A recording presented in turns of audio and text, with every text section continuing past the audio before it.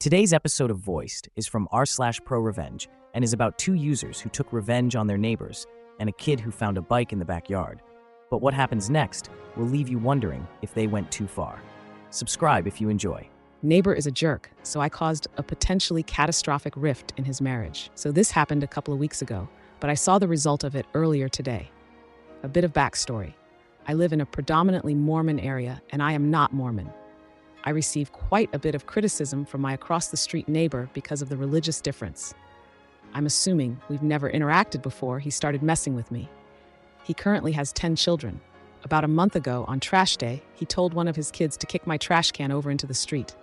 The kid did it, and I witnessed everything. This is not the first time he has kicked my trash over, and I figured it was a lost cause to go over there and ask them for some decency, more than I already have. That same day, I was reminded by a friend about how I used to have a pen pal when I was younger before I moved. Later that night, I was browsing the web looking for a pen pal and was brought to an array of different prisoners who were looking for a pen pal. After doing a bit of browsing from there, I stumbled across a fellow who was on death row for first-degree murder. Feeling bad for this guy, but not wanting to give my address out, you send an email, the guards print it out and give it to the prisoner, who then writes you a letter and delivers it to your physical address. I remembered the jerk across the street. More out of curiosity than malice, I proceeded to write a very detailed letter about how I am a trapped, secretly gay Mormon man with 10 kids who is looking to start an extramarital affair with a prisoner. I put in his address and send. I had my hilarious petty satisfaction. I expected nothing to come out of this. I thought he would be going through his mail, see the letter, not open it, toss it, and think nothing of it after that. But boy, was I wrong. Of course, with it being a small town, this guy does run a small business here, where one of my acquaintances works. I went in just earlier today and chatted with my acquaintance before he told me, "Oh my God, did you hear about neighbor?" I said no, because I hadn't, and he filled me in on all the details. Apparently, one of the neighbor's kids had brought in the mail, only for his wife to find it and read the letter from this prisoner responding to the joke letter that I wrote. I don't know the specifics of the letter, but I do know that his wife threw a fit when he arrived home and made him pack his bags. My acquaintance informed me that this was not the first time neighbor had started or tried to start an affair with another man, and apparently this was the last straw for her. I am still shocked, horrified, and extremely amused by this predicament. I sent a prisoner, looking for a pen pal, a letter under my neighbor's first name and address. Apparently, this post is going down and coming back up randomly. I have seen some comments saying he did not deserve it, just by kicking over a trash can. I'm the guardian of my younger sister. I got her a cat about a year ago, and the neighbor told me that the cat is not allowed on his side of the road. Okay, whatever. A couple days later, the guy called animal control on the cat because it was wandering on the sidewalk in front of his house. They said they couldn't do anything since it wasn't on his property. So the neighbor takes the cat and drops it off at the animal shelter, pretending it's his, and tells them to put it down. They refuse without the papers, and she's chipped. It's a whole situation. On the day they moved in, my little sister made them brownies and took them over, knocked on the door, and waited. They didn't answer. So little sister wandered back across the road, and when she got to our front porch, looked back to watch the father look her dead in the eyes as he was throwing the treats, plate and all, into the garbage. Other petty acts besides these. Wow, talk about a neighbor from hell. It's amazing how one small act of petty revenge can spiral into something so dramatic. But let's shift gears now, because sometimes it's not just neighbors who cause chaos. Kids can be quite the troublemakers too. Let's dive into a story where a simple bike ride turns into a full-blown drama fest. Kid finds a bike in my backyard. Mom goes berserk when I take it back. Not a native English speaker. Effect, I am the father, as in male. We had potatoes with peas and carrots with sausage for dinner. Yes, I'm a male that knows how to cook. The bike will never be left unattended outside. Yes, I have a sturdy lock. I located and took a picture of the serial number. Backstory, I'm a single parent. I have a beautiful girl who is turning 5 in August. The past year, I have been fighting with my ex who tried to keep my kid away from me. Lawyers aren't cheap, and being single doesn't exactly help with my finances. A couple of months ago, I won the lawsuit and finally got to have my kid at my home again.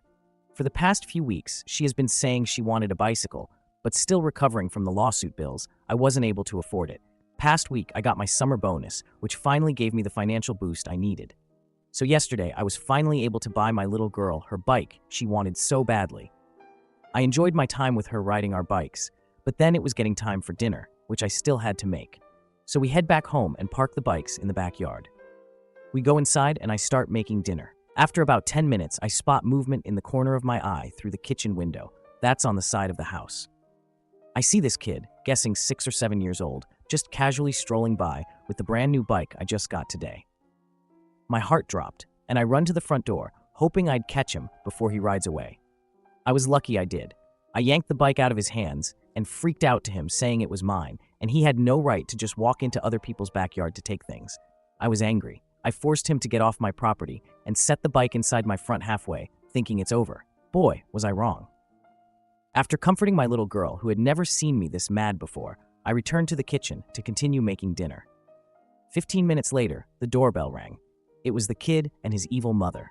"You give my boy this bike back. He found it. It's his. Me. He found it in my backyard.